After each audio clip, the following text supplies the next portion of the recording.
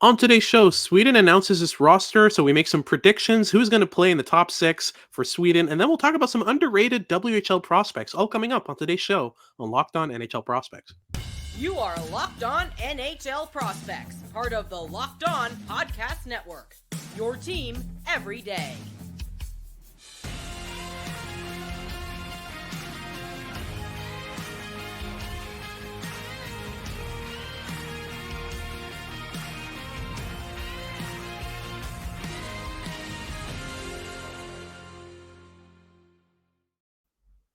Hello and welcome back to Locked On NHL Prospects, part of the Locked On Podcast Network, your team every day. On this podcast, we break down everything prospects related for you 5 days a week, Monday to Friday. I'm Hadi Kalikesh, joined by Sebastian High, and on today's show, we'll be breaking down first and foremost Sweden's roster. They announced their initial roster for the World Juniors. We'll be breaking down what our roster would look like, what our lineup look like, in terms of, the forward core, the defense core. We'll also talk about an interesting omission in Alexander Suzdalev, who wasn't invited to the World Junior roster. And as well, we'll talk about kind of how we line up the D and who do we cut from that kind of portion in order to be the seventh defenseman. And then we'll end things off with a trio of WHL underrated prospects for the 2024 NHL Draft. Prospects that I don't see a lot of people talking about. We'll talk about Harrison Brunicky. We'll talk about Miguel Marquez and Clark Caswell, players I've watched recently in a couple viewings. But before we get into any of that, today's show is brought to you by Sleeper. Download the Sleeper app and use promo code LOCKEDONNHL to get up to a $100 match on your first deposit. Terms and conditions apply. See Sleeper's terms of use for details. If you're watching on YouTube, make sure to like and subscribe. Leave us a comment letting us know what you want us to talk about next. And if you're listening on your favorite podcasting platform, make sure to make us your first listen of the day. All right, so let's get things started here with Sweden's roster. They announced their 13 forward, 7 defensemen, and 3 goaltender roster heading into the World Juniors. Let's start off with the forward core because I think this will be really interesting. I think we both agree there's a very, very clear first line for the Sweden roster, right? Yeah, I think it's a slam dunk, both in terms of quality and chemistry. I mean, you have the former Öhgren trio from that 2022 NHL Draft class with Liam Öhgren, Noah Östlund, and Jonathan Lekkerimaki that have all been progressing very nicely since their draft year seasons and are looking to be reunited and put up some gaudy point totals at this year's World Junior Championship. Absolutely. It's going to be really fun. And 3 players who complement each other so well. It's no wonder they worked so well together at Djurgården, even though in their draft year, they were relegated from the SHL to the Allsvenskan. That trio was still very, very interesting to watch go about it. Öhgren is this kind of Swiss Army knife of a player who still has some really decent offensive skill, but really excels on the defensive end in terms of the maturity of his game, the ability to impact the game in all 3 zones, and especially his transition ability really stands out. Östlund is really good and tight. His ability to, weave through pressure and find kind of soft pockets of the on the ice is really interesting. And there's no reason, there's no wonder that Buffalo picked them up because they seem to go for these kinds of players that really work well and tight, that work well under physical pressure, and have the soft skill in order to make it. Öhgren, by the way, being a Minnesota Wild draft pick as well in that first round. And then you have Jonathan Lekkerimaki, who's a bona fide sniper on that line.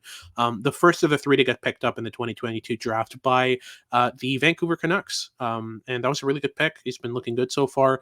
A sniper of a player. I still have some concerns about the fact that he doesn't really have a B game, but so far his goal scoring ability has worked at every level. So let's hope that keeps going. And yeah, that line should work really well for Sweden. It's no wonder they've been together for the longest time. But let's move on to our second line. And we have the same second line as well. We do, which is very interesting. Yeah, talk me through this kind of trio of players on the second line for Sweden's forward core. For sure, we decided to strike a balance between both skill and a little bit of off puck ability as well on this line. Didn't want to just go pure skill on this, so we both went with Otto Stenberg as a left wing, who first round draft pick by the St. Louis Blues in this past draft. Really, really pacey, really quick, really skilled. Excellent toolkit. The production hasn't been lights out so far this season in the SHL. But he's really learning to play a smart pro game ahead of just a pure skill pro game. And you see the skill really shine against his own age group, which it will at this tournament. And then down the middle, we've got Philip Bichette, who is a really powerful player, another first-round pick by the San Jose Sharks from a year ago, and he is all pace, all power, really skillful. Again, the production hasn't quite popped off this season in the SHL just yet, but against junior competition, it's going to be ugly. He's going to excel. And to complement those two highly skilled players, we're adding someone with a lot of more like hard skill as well as a soft skill in Felix Öhgren, who's one of our favorite players from last year's draft class, ended up being drafted in the second round by Carolina, which was an astute draft selection and stuck with them through training camp almost until the final cut. So almost cracked the NHL roster already this season, a pretty good team. And he'll be looking to making a real impact in that top six for Sweden. Yeah, absolutely. I mean, in Öhgren, you've got a player whose decision making is just so good. But beyond that, I feel like having Bichette down the line, I think that's the only real no brainer on the second line. I think that we could have switched things around on the wings, and would have Anton been comfortable. Wahlberg, maybe. Yeah, something like that. But still, I mean, Bichette is he's such a solid player. This is his last year of eligibility. And on top of that, like his play so far has just been so, I mean, he could play in the NHL, I feel, and kind of stick around in the bottom six role. I'm not sure for Wahlberg yet. So it's just that difference for me. Like Bichette is the only kind of clear no-brainer here at on the second line. But then we have a very slight difference in our bottom six. So my third line is Isak Born. Very slight.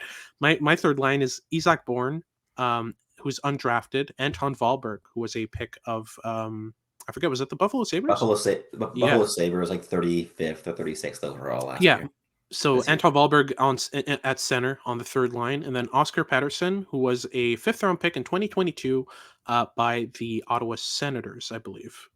Yes, correct. So yeah, an interesting trio of players. I think that what interests me here is because Wahlberg is such like a skilled but still raw player, sandwiching him in between two players that play a more mature, more developed game, players who can compensate or counteract his kind of his lack of maturity on and off the puck is really interesting, and that'll allow him to shine in ways that we know Anton Wahlberg can. He's one of those big guys that just shocks you with his skill set. So I think that kind of giving him two wingers who will be in the same spot every single shift that he can kind of play automatically with instead of trying to overthink the game, I think is going to be really interesting for him. But yeah, you put Zeb Forsfjell on this line. How do you feel that that's a better fit? I think with Wahlberg specifically, I wanted to give him a player that can complement him offensively and create things for him. Wahlberg, as you mentioned, is a really good fit at 3C, and he was also the third line center on last year's U18 roster for Sweden at the big championship in the spring. And I thought he was very, very effective in exploiting bottom six opponents and having that skill element against weaker competition. And I think that Forsfjell complements him very nicely in that. Forsfjell has also excelled internationally historically with Sweden. He's been playing SHL minutes this season, not many and not producing too much, but he's playing SHL minutes, and he's learning to be a net neutral defensively, which is already a big progress from last year, which is important if you're playing a top 9 role at the World Junior Championship. And I think he brings an element of the playmaking skill, but also the handling and the overall escapability that I think could complement that line quite nicely. Yeah, it makes sense for sure. But yeah, my fourth line would be Zeb Forsfjell, obviously, with David Edstrom and Fabian Wagner. A decent trio of players. I think that Forsfjell and Edstrom are kind of polar opposites in a sense. In Edstrom, you've got this really reliable player who I think is going to be at his best in this 4C role as a penalty killing specialist. Is going to give you good bottom 6 minutes. Fabian Wagner is one of those Swiss Army knives, Winnipeg Jets draft pick who, I don't see really excel in any particular area, but I think is decent enough in terms of his overall impact to complement the differences, the drastic differences between Edstrom and Forsfjell's games. He can kind of be that connector, and Forsfjell obviously being that kind of more skilled, more kind of undersized, quicker, pacier type of player. It's going to be an interesting fourth line, a line that can do a bit of everything. So after these messages from our sponsors, we'll be talking about the defense core, how the defense pairs line up, especially with 5 right-handed defensemen and the 7 defenseman roster. Really interesting. We'll talk about the goaltenders and the interesting omission in the roster here coming up after these messages from our sponsors over at eBay Motors. Passion, drive, and patience. What brings home the winning trophy is also what keeps your ride or die alive. eBay Motors has everything you need to maintain your vehicle and level it up to peak performance. From superchargers to roof racks to LED headlights and more. Whether you're into speed, power, or style, eBay Motors has got you covered. With over 122 million parts to fit your vehicle, you'll always find exactly what you're looking for. And with eBay Guaranteed Fit, your part is guaranteed to fit your ride every time or your money back, which is available to U.S. customers only. Because with eBay Motors, you're burning rubber, not cash. With all the parts you need at the prices you want, it's easy to turn your car into the MVP and bring home that win. Keep your ride or die alive at ebaymotors.com. Eligible items only, exclusions apply.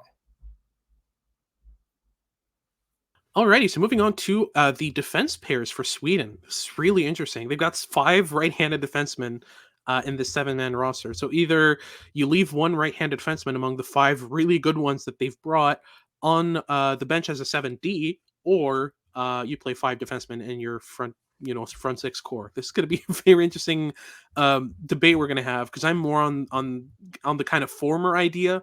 So let's kind of build the pairs. I think our first pair is pretty kind of concrete and obvious. We've put Elias Pettersson, not that one, the defenseman, also belongs to Vancouver, ironically. But yeah, I wonder how that jersey situation is going to happen in Vancouver. Like, how are they going to figure this out? Pettersson 1, Pettersson 2. I don't see any alternative. Basically, like, because you can't use initials, right? But yeah, this is gonna be very, very fun to see. I mean, I think they're gonna do what they did in Dallas with Jamie and Jordy Ben, right? Where one was just Ben and the other one was J Ben. Like, maybe they do something like that. But anyway, Elias Pettersson, really interesting. I love the way that he defends the rush. I love the mobility. But he's just such a reliable, such a mature player already for his age. I was really interested in the fact that he dropped as low as he did. Wasn't he like a 4th round pick in 2022? Yeah, 3rd or 4th round. Something like that. But yeah, really, really interesting pick, I think, from the Canucks there. And you pair him up with Axel Sandin Pellikka, who was the 17th overall pick of the Detroit Red Wings, a player that both of us had in our top 10. And I think this was one of the picks of the draft from Detroit in the 2023 draft. Very, very offensively skilled. He has 9 goals and I think like 23 games so far in the SHL. Like, it's very ridiculous. Impressive. Yeah, in terms of point totals, he outshines everyone in this roster. And like, obviously the SHL is the SHL. If you're an under 20-year-old defenseman, usually you're playing like 9-10 minutes. Like, it's very rare that you see players play any more than that. And yeah, he's been playing like 17-18 minutes about on average this season. Like, he's been really, really good on a really good team as well. So yeah, he's a no-brainer for the first pair. Our second pair is very different. We have the same defenseman on the left side, a right-handed defenseman in Elias Salomonsson of the Winnipeg Jets. A very interesting player, really big, really mobile, but still decently raw, I'd say, in terms of his overall skill set. And you pair that up, you have Tom Willander on the second pair, 11th overall pick of the Vancouver Canucks as well. Yeah, this is really interesting, I think, because I have Willander as my third pair defenseman. He was on the verge of not making the top 6. But you have him on your second pair. I know you really like Willander, so I'll give you a minute here just to defend your stance on Willander here on the second pair.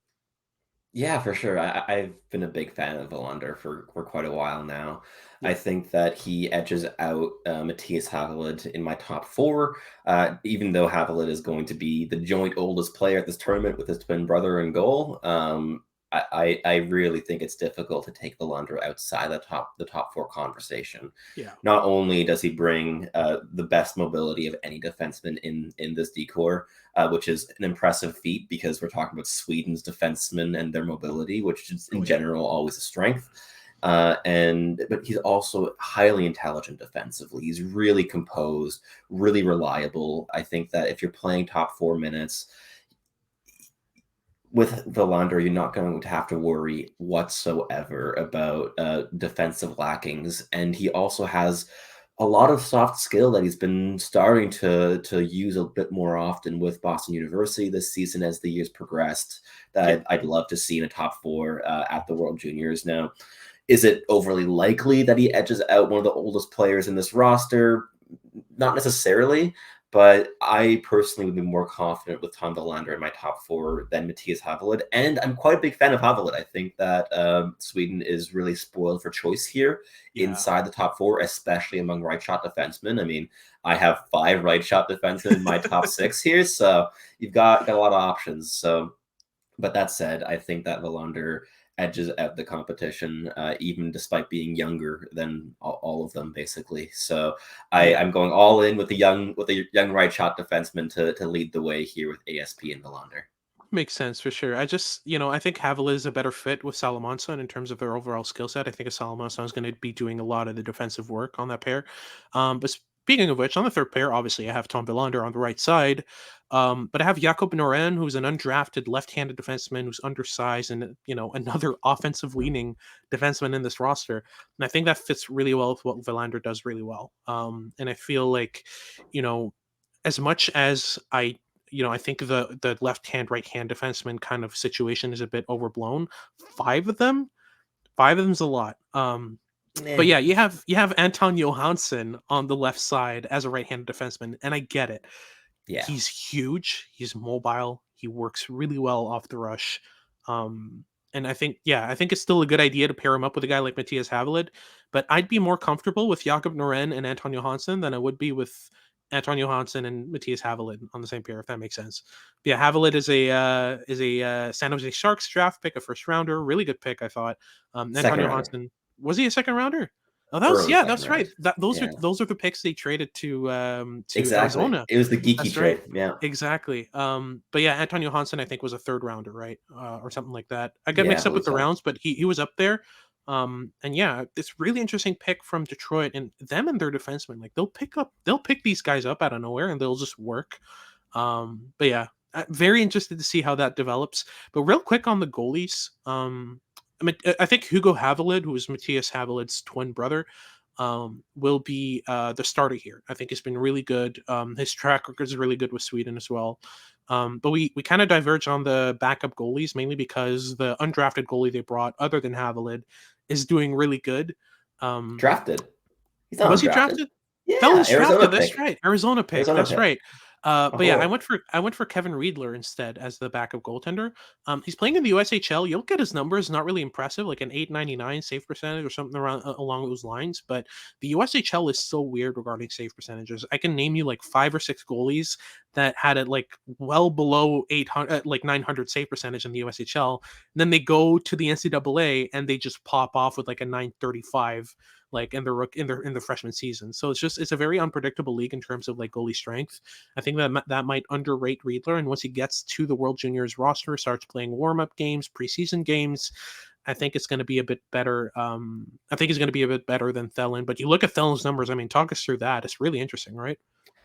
Fascinating case study. He's been playing in 3+ leagues in like every season for the last like 3 or 4 years. He had very little consistency in where he's been playing. But this season, his results in every single league, whether it be the Allsvenskan, Hockey Etan, or the J20, has been solid and good. And while he is the youngest goalie here to get an invite, which does not necessarily help his chances, I think I'd be backing him. But we're talking about the backup goalie position here. Like, I think that Havelid's going to get the majority of the starts regardless. That said, we do want to look at 2 omissions from this roster. One that we have written up here that everyone's been looking at for a while. Alexander Suzdalev has been excluded from this roster. And the other one is one of your personal favorites. Felix Nilsson was not brought. Yeah, Felix Nilsson's been decent. He's been playing with Rögle, but I don't see him really making this lineup in terms of the overall fit, just because you look at the players that are there, other than what was it, David Rutzlatt, who was added in here. I don't understand that. there are two really, really good prospects in Felix Nilsson and Alexander Suzdalev that should have made this roster ahead of him. It just doesn't really make sense to me. But I still understand why, Suzdalev would have been preferred to him, mainly because Nilsson's still very young, is still eligible next year, and his fit overall on this line, I couldn't put him on any line that I have that I've created for this roster that would make him a good fit. So I definitely get it. But definitely Suzdalev, preferring David Rutslad, who's been having a really mediocre season this year in the SHL and the Allsvenskan, over Suzdalev, who's has more points than him and is playing more minutes than him in the same league. It doesn't really make sense to me. But yeah, that wraps things up for this second segment. We'll get into our third segment. We'll talk about some WHL underrated prospects for the 2024 NHL Draft.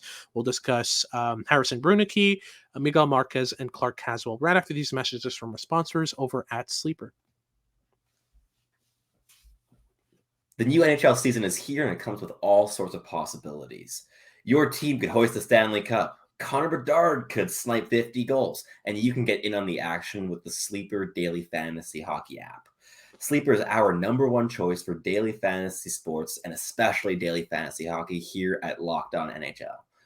Because with Sleeper, you can win 100 times your cash in daily fantasy hockey contests. All you have to do is correctly predict 8 specific player stats. And now the choice is yours with what stats those are, whether you want to bet on the stars of the league to score a goal. I mean, there's a lot of young studs currently on hot streaks, whether it be Bedard or Carlson or Fantilli and so on and so forth. Or whether you want to go with, I don't know, your favorite fourth liner to score a rare goal in a rivalry matchup. The choice is yours with Sleeper. So use promo code LOCKEDONNHL and you'll get up to a $100 match on your first deposit. Terms and conditions apply. That's code LOCKEDONNHL. See Sleeper's terms of use for details and locational availability.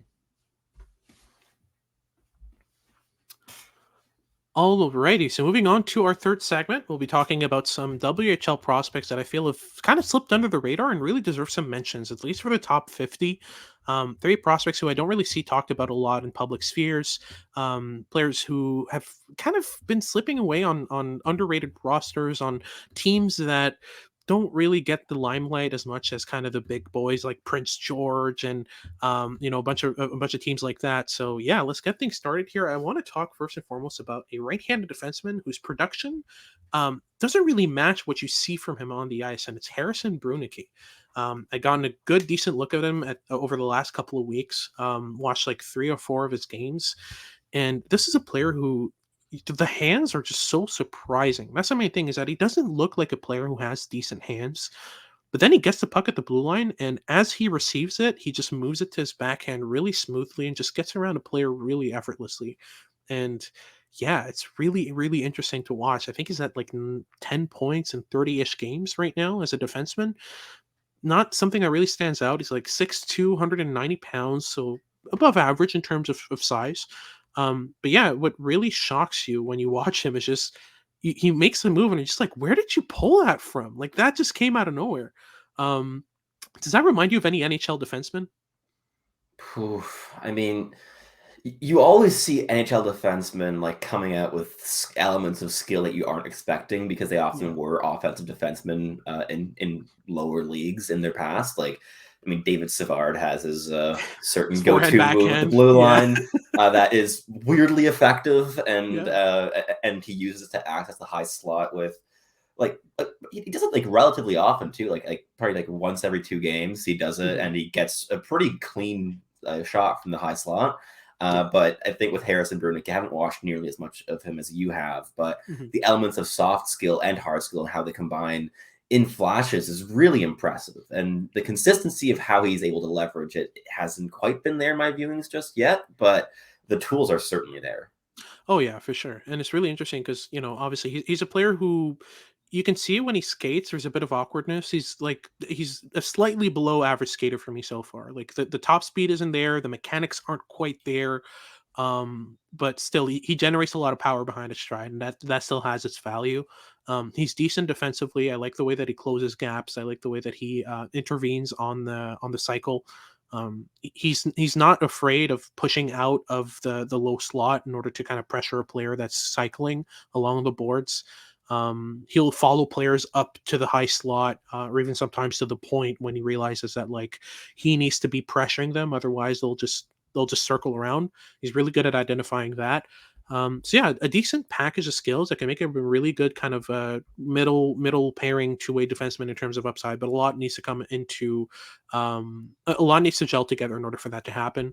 I do also want to talk about a couple of forwards I watched play against each other and that I've watched on and off over the years, over the start of the season. We'll start with Miguel Marquez. Miguel Marquez is a surprisingly good shooter who's playing on a really below average team in Lethbridge that doesn't really have much outside of him, in order to kind of allow scouts to just start by looking for Lethbridge as a scouting destination, right? When they're watching games. Marquez really stood out when I was watching other prospects play against Lethbridge, and I was like, man, I need to watch this guy. He's a 2024. And then every time I watch him, I'm like, I don't want to talk about him too much because I kind of want him to stay kind of like this little secret within the scouting industry. There are not a lot of outlets I see talking about him. There are not a lot of public scouts I see talking about him. And yeah, just really good at releasing the puck in movement. His ability to find space in the offensive zone is really good. And he applies pressure surprisingly good for an offensive leaning player on the forecheck. So a decent package of skills, I think. There's still a disconnect between his legs and his feet. I feel like sometimes he'll overskate pucks and struggle to catch them, which is something you might kind of need to work on. But I really like his chances as a kind of 32 to 45 type of player. That could definitely be a range I could see, and I could see him jump into the first round, given the skill set. But that's still a decent ways away. Another prospect I want to mention is Clark Caswell. Clark Caswell plays, I believe, for the Swift Current Broncos, Yeah.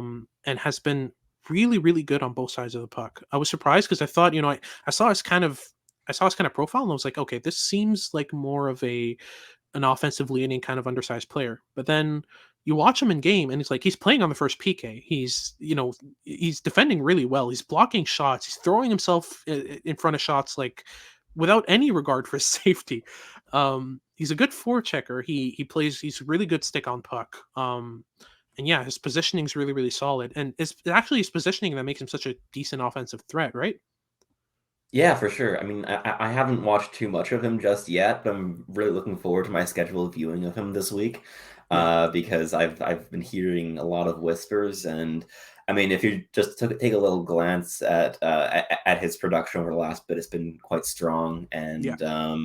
and I mean, at our scouting meeting, our WHL scout Luke Sweeney was really singing the praises of Clark Caswell. And Yeah. Miguel Marquez is another one that I don't think is going to be an industry secret for very long. He has 11 points in his last 6 games. If that continues in any means, he's going to be on every board, whether it's Yep. made by fans, scouts, or anyone in between.